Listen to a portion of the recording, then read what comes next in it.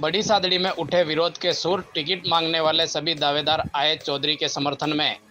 स्थानीय को टिकट देने की मांग आला कमान को भेजी। बद्रीलाल जाट जगपुरा का जलाया पुतला। कांग्रेस पार्टी की चौथी लिस्ट में घोषित बड़ी सादड़ी विधानसभा से चित्तौड़गढ़ डेयरी चेयरमैन बद्रीलाल जाट जगपुरा को टिकट देने का विरोध शुरू हो गया है। बड़ी सादड़ी विधानसभा क्षेत्र के पूर्व विधायक प्रकाश चौधरी के समर्थकों ने बड़ी सादड़ी घंटाघर चौराहे पर प्रदर्शन कर कांग्रेस के अधिकृत घोषित प्रत्याशी बद्रीलाल जाट का पुतला फूंका गया। पूर्व विधायक प्रकाश चौधरी ने भी बद्रीलाल जाट को बाहरी प्रत्याशी बताते हुए विरोध जताया तथा 3 नवंबर तक टिकट बदलने का समय आला कमान को दिया है, नहीं तो 4 नवंबर को शक्ति प्रदर्शन के साथ निर्दलीय नामांकन भरने की घोषणा की है। गौरतलब है कि पार्टी की ओर से मंगलवार को जारी चौथी सूची में बद्रीलाल जाट को बड़ी सादड़ी विधानसभा क्षेत्र से कांग्रेस प्रत्याशी बनाया गया है। मतलब उठाऊं तब से मैं रोते रोते सोया और रोते रोते वापस उठा हूँ और आया तो मेरे घर में घुस गया। मैं किसी को शकल नहीं बताने वाला था, मेरे को कैसे शकल पता जो मुझे कार्यकर्ता दिखे तो मेरे आंखों में आंसू मतलब अभी तक नहीं टूट रहे। मेरी ये हालत हो रही बताओ। ये आपसे अनुरोध करना चाहूंगा भाई, सभी ने ये निर्णय लिया है कि 3 तारीख को इनके पास 3 तारीख तक है। 3 तारीख को ज्यादा संख्या में आप जितने लोग आए हैं, एक आदमी 10 आदमी लेके आ जाना। अपना टिकट 3 तारीख शाम तक हमने झोली में आ जाएगा।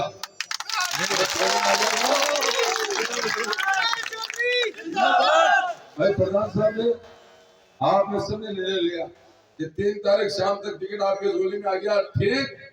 नहीं तो 4 तारीख हमारे सब कांग्रेस के कार्यकर्ता की है जो इन्होंने कहा हम निर्दलीय चुनाव लड़ाएंगे। मेरी इच्छा से नहीं कह रहा हूँ, मेरी इच्छा तो रात को मर चुकी थी। मैं क्या करूं बताओ, लेकिन आप सबको देकर के मेरी हिम्मत हुई है तो मुझे वापस आप तैयार कर रहे हैं। मैं आप जैसा कहोगे वैसा करूंगा, ये पक्की बात है। और पहले भी मैंने आपके बिना पूछे किसी का बुरा भी नहीं किया, आपके बिना पीछे कोई काम नहीं की। तो आज मेरे जैसा आदमी के साथ अन्याय का निश्चित होता है, सबको तकलीफ होती है। आज प्रकाश चौधरी जिंदाबाद, प्रकाश चौधरी जिंदाबाद, प्रकाश चौधरी संघर्ष करो, हम तुम्हारे साथ हैं। आपने सबने मेरी हिम्मत बढ़ा दी है, वरना मुझे ऐसा लग रहा था कि चौराहे पे जाकर के फांसी होके मर जाऊं। मेरे को दुनिया में रहना ही नहीं चाहिए, ऐसी मेरी इच्छा हो रही थी। मैं आज बताओ सकल बताने लायक नहीं था। जो भी मेरे खिलाफ लोगों ने ऐसा भड़काया ऊपर कि पूरे एरिया में लूट खाया। प्रकाश करोड़ों रुपए कमा लिए। अरे भाई मैंने कौन सा पैसा कमाया? अगर मैंने पहले भी सौगंध अभी भी खा रहा हूँ, मैं सावजा सेठ की सौगंध भी खा रहा हूँ, देवा माता की सौगंध भी खा रहा हूँ। मैंने 1 रुपया भी मेरे घर के अंदर भ्रष्टाचार गाड़ी लगानी होती है, चलो झालावाड़ चलना है, चलो 50 गाड़ी वहां लगे, लाखों रुपए पूरे हो गए। अभी यहाँ लगे गाड़ियां मानगढ़, जब भी शेरपुर जाना होता है, दिल्ली जानी होती है तो करते हैं। एक कार्यकर्ता ने मेरे को 50,000 रुपए दिए, नहीं साहब ये मेरी तरफ से रखना पड़ेगा। भाई भेरूलाल जी को पैसे दिए थे वहां, हमने आलोक के नाम में लेना चाहता हूँ। उसके अलावा मेरे पास किसी भी आदमी का 1 रुपया किसी का मैंने भ्रष्टाचार के रूप में या किसी में नहीं लिया। मैंने आज दिन तो उसने कहा आप जिसमें गाड़ियों के किराए में आप इतना खर्चा करिए 50,000, मैंने कहा यार लाखों रुपए मेरे खर्च हुए, 10, 15, 15 लाख खर्च हुआ। अभी येलो साहब का कार्यक्रम किया, कितना पैसा खर्चा हुआ? अभी जैसे मान लो अपने यहाँ फिर से ना कितना खर्चा हुआ? मेरे का तो 50,000 नहीं, मेरे को 50,000 दे रहा है, मेरे लिए 5 लाख बराबर है, कोई बात नहीं। लेकिन मैंने उसका सामान रखा ताकि मैंने 1 रुपया भ्रष्टाचार नहीं आया।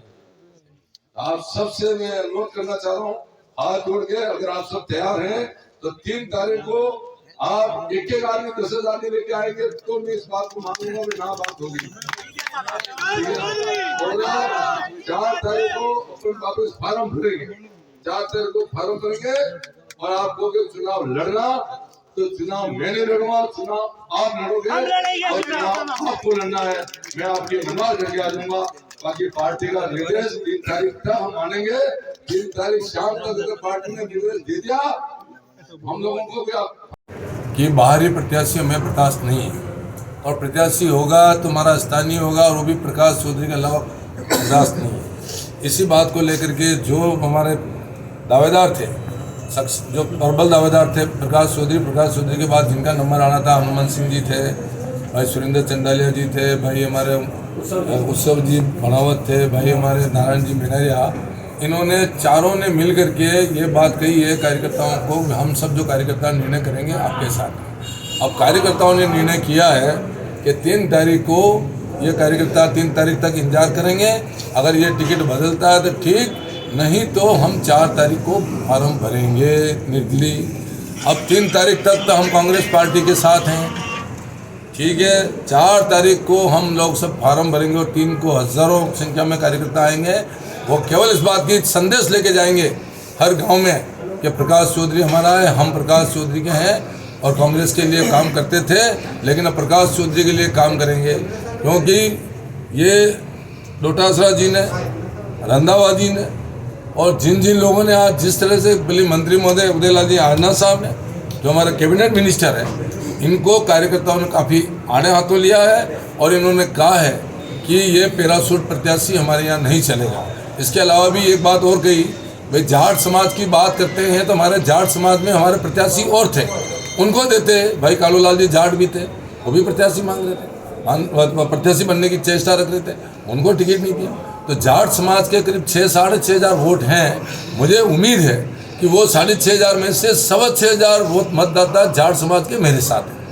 और ये कार्यकर्ताओं ने ठान लिया कि प्रकाश चौधरी को अगली विधानसभा में निर्दलीय चुनाव लड़ा के पहुंचाएंगे। कार्यकर्ता केवल 3 तारीख तक टिकट चेंज करने की इंतजार कर रहे हैं। उसके बाद 4 तारीख को अपना कार्यक्रम चालू हो जाएगा और 3 तारीख को बड़ी सालडी में कार्यालय खुलेगा विधानसभा क्षेत्र बड़ी सालडी का 171। और जिस तरह से पैराशूट प्रत्याशी हमारे बीच आया है, 34 साल से आज मैं सेवा कर रहा हूँ। जो लड़का पापा मम्मी का नाम जानता है वो प्रकाश चौधरी का नाम जरूर जानता है, तीसरा नाम। आज मेरे पे कोई एलिगेशन नहीं, मेरा सर्वे में 1 नंबर पे नंबर था।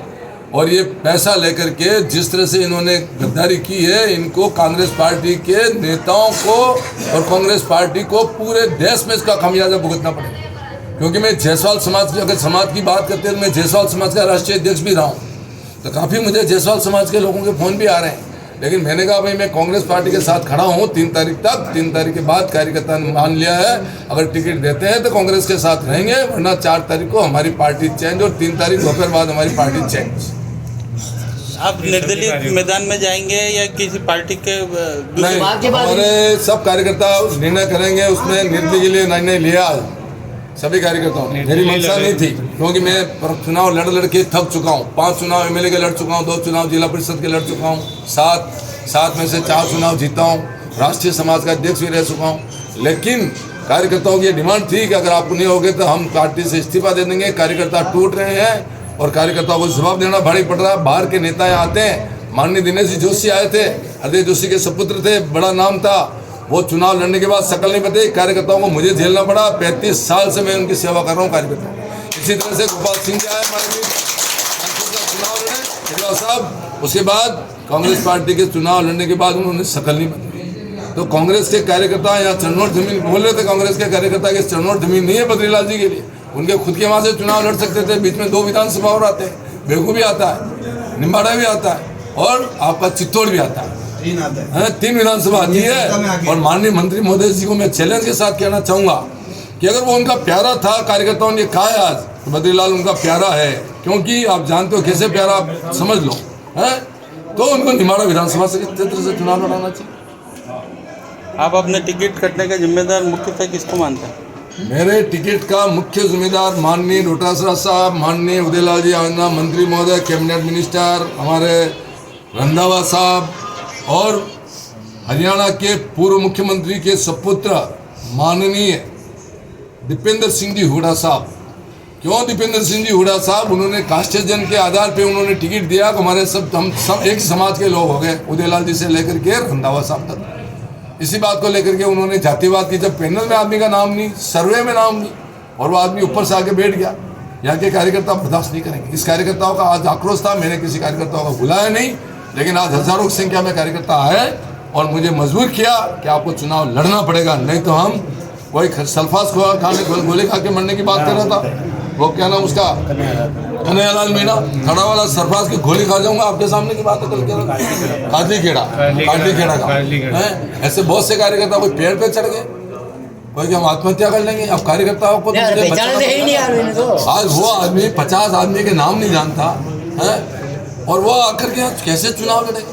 और कांग्रेस की भारा बजाने के लिए आया, वो चुनाव लड़के चला जाएगा। कांग्रेस के कार्यकर्ता बेचारे ऐसी तैसी कराते रहेंगे अपनी 5 साल तक वापस। सभा को संबोधित करते हुए प्रकाश जी चौधरी के आंखों से आंसू भी आए, वो वहाँ से हो गए, क्या कारण रहा उसका? ये कारण इस बात का रहा कि मैं कार्यकर्ताओं को क्या जवाब दूं। कांग्रेस मेरी माँ है, इस माँ को छोड़ने के लिए मुझे मजबूर किया जा रहा है कार्यकर्ताओं ने। वो कारण मेरा बहुत बड़ा कारण था। क्यों? अगर मैं नहीं छोड़ूं तो मेरे लिए कांग्रेस तो माँ है, लेकिन कार्यकर्ता मेरा भगवान का रूप है। जो कार्यकर्ता आज दिन तक मैंने 34 साल तक मैंने कार्यकर्ता की सेवा की, मेरे घर पे आने वाले को मैंने भगवान का रूप माना है, और भगवान का रूप मान के उस कार्यकर्ता की सेवा की है।